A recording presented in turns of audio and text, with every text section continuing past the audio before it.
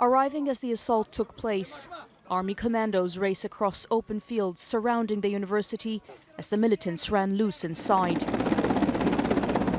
The attackers are believed to have scaled the walls at the back of this large university under a cover of early morning thick fog.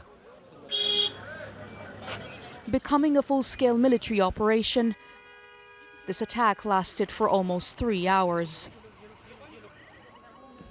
The only way for those inside to escape was through the main campus gates, many seen still clutching their class books. There was so much panic and fear that a friend of mine jumped from the university building. The building's very high, but he just jumped from it because he was so scared. We saw the militants chanting, "Allah is the greatest."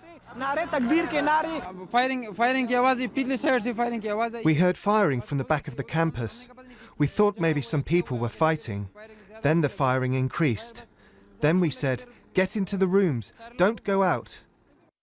Inside, total devastation, walls covered in bullet holes as the gunmen fired at anyone they saw. The wounded were rushed to hospital, some traumatized, others inconsolable.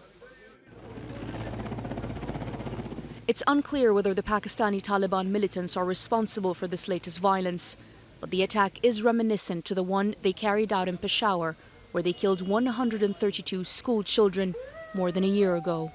In a statement, the government here says it is determined to wipe out terrorism. This day started with a poetry recital honoring a secular activist who advocated non-violence, but it quickly turned into carnage. Today's attack will raise questions about why the militants are still able to strike soft targets like this university and how effective the military operation has been this last year, especially with a mix of militant networks that is evolving on the Pakistan-Afghan border. As relatives bury their dead, it's still unclear whether the death toll will rise. This will be a sleepless night for many families across the country, as they again fear sending their children to school the next day. Shaima Khalil, BBC News, Charsadda, northwestern Pakistan.